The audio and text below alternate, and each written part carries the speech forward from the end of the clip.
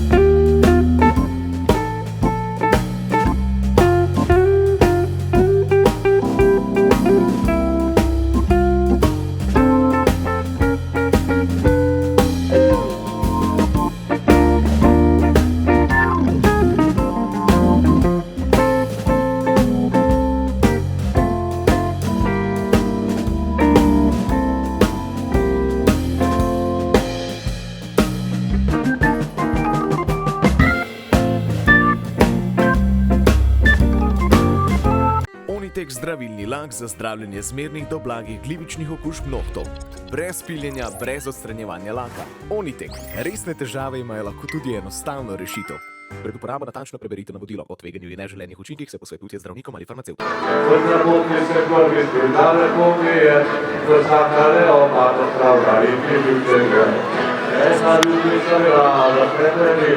Nisem še nikoli prej doživel take ljubezni, kot je zdaj deležen. Zmer vesela, zmer radostna, pa sam meni se stiska.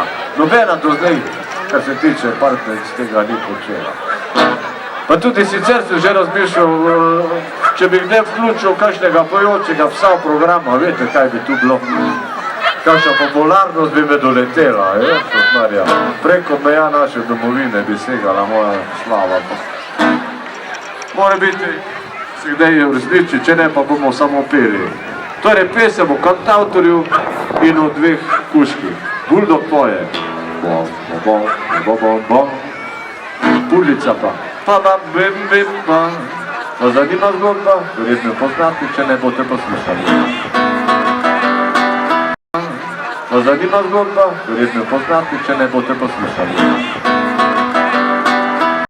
Pulica pa. Pa bam, bim, bim, pa.